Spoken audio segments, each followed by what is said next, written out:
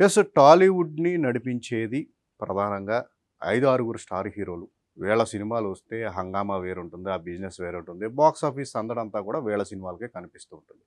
అయితే 2023ని ఒకసారి పరిశీలిస్తే గనక మనకున్న టాప్ హీరోల్లో మెజారిటీ హీరోలు ఎవరు కూడా ఈ సంవత్సరం అంతా కూడా సినిమాలు చేసిన పరిస్థితి లేదు.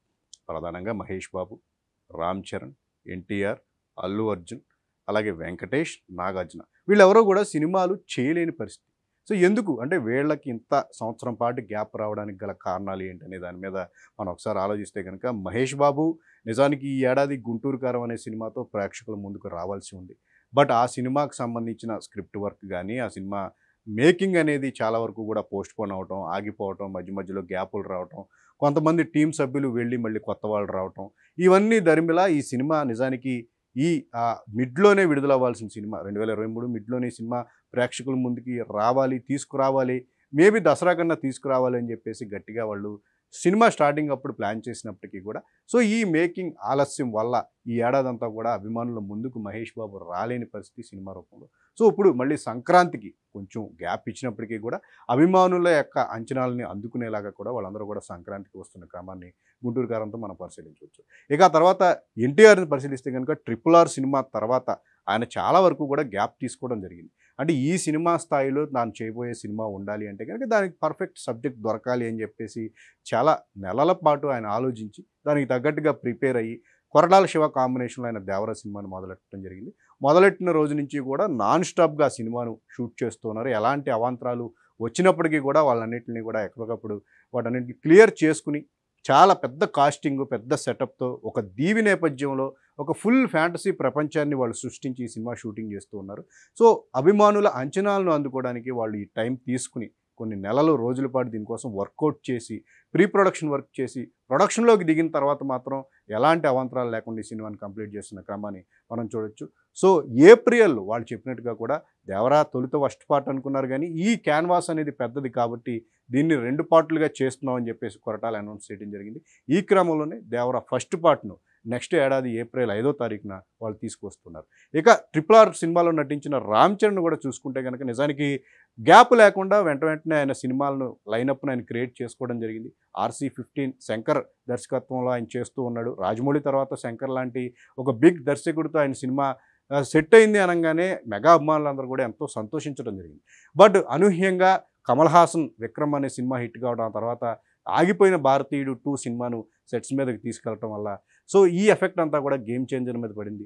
ఒక్కసారిగా ఈ సినిమా ఆలస్యం అవడం అనేది మెగా అభిమానులను ఇబ్బంది పెట్టింది. నిజానికి ఈ ఏడాది గేమ్ చేంజర్ తీసుకురావాలని వాళ్ళు అనుకున్నప్పటికీ కూడా 'భారతీయుడు' ఎఫెక్ట్ వల్ల ఆ సినిమా నిజంగా ఈ షూటింగ్ అనేది పోస్ట్‌పోన్ అవ్వడం జరిగింది. వచ్చే ఏడాదికి ఈ సినిమా ప్రేక్షకుల ముందుకు వచ్చే అవకాశం ఉంది. ఇక మరొక హీరో అల్లు అర్జున్ కూడా చూసుకుంటే 2021లో ఆయన 'పుష్ప' సినిమాతో పాన్ ఇండియా రీచ్‌ను సాధించడం జరిగింది. ఆ సినిమా ఇచ్చిన సక్సెస్‌తో 'పుష్ప 2'ను ఒక భారీగా చేయాలి, గ్రాండ్‌గా చేయాలి అని చెప్పేసి వాళ్ళు షూటింగ్ కూడా లాస్ట్ ఏడాది అంటే పోయిన సంవత్సరమే దానికి సంబంధించిన షూటింగ్ అంతా కూడా వాళ్ళంతా ప్లాన్ చేసుకోవడం జరిగింది. కొద్ది మేర షూటింగ్ కూడా చేయడం జరిగింది. బట్ ఎప్పుడైతే 'పుష్పకి' టీమ్ అందరికీ కూడా నేషనల్ లెవెల్‌లో అవార్డులు కూడా రావటం, కంప్లీట్‌గా ఈ సినిమాకి ఇంటర్నేషనల్ లెవెల్‌లో మంచి క్రేజ్ అనేది ఏర్పడటం వల్ల ఇక వాళ్ళు అనుకున్న దానికంటే ఇంకా భారీగా చేయాలి, ఇంటర్నేషనల్ లెవెల్‌లో చేయాలి. ఈసారి చేయబోతున్న సినిమా అనేది కూడా పూర్తిగా 'RRR' సినిమాకి చేసిన ఆ ప్లానింగ్ అంతా కూడా ఈ సినిమాకి అప్లై చేసి, ఆ లెవెల్‌లో సినిమాను రిలీజ్ చేస్తే బాగుంటుంది.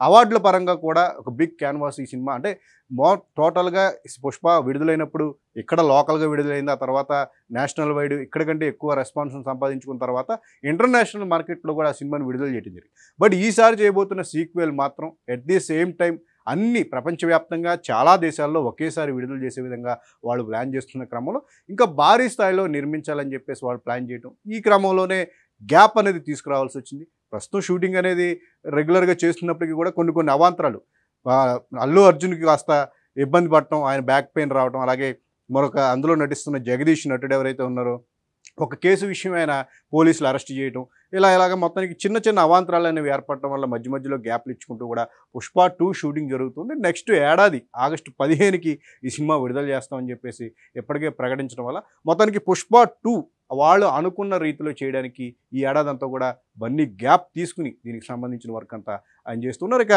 సీనియర్ హీరోలైన వెంకటేష్, నాగార్జునాలు కూడా ఈ ఏడాది ఒక సినిమా కూడా రిలీజ్ చేయబడడం అభిమానులు చాలా నిరాశపరిచిందని చెప్పుకోవచ్చు. నిజానికి లాస్ట్ ఇయర్ F3 సినిమాతో వెంకటేష్ మంచి సక్సెస్ పర్వాలేదనిపించే విజయాన్ని ఆయన అందుకోవడం జరిగింది.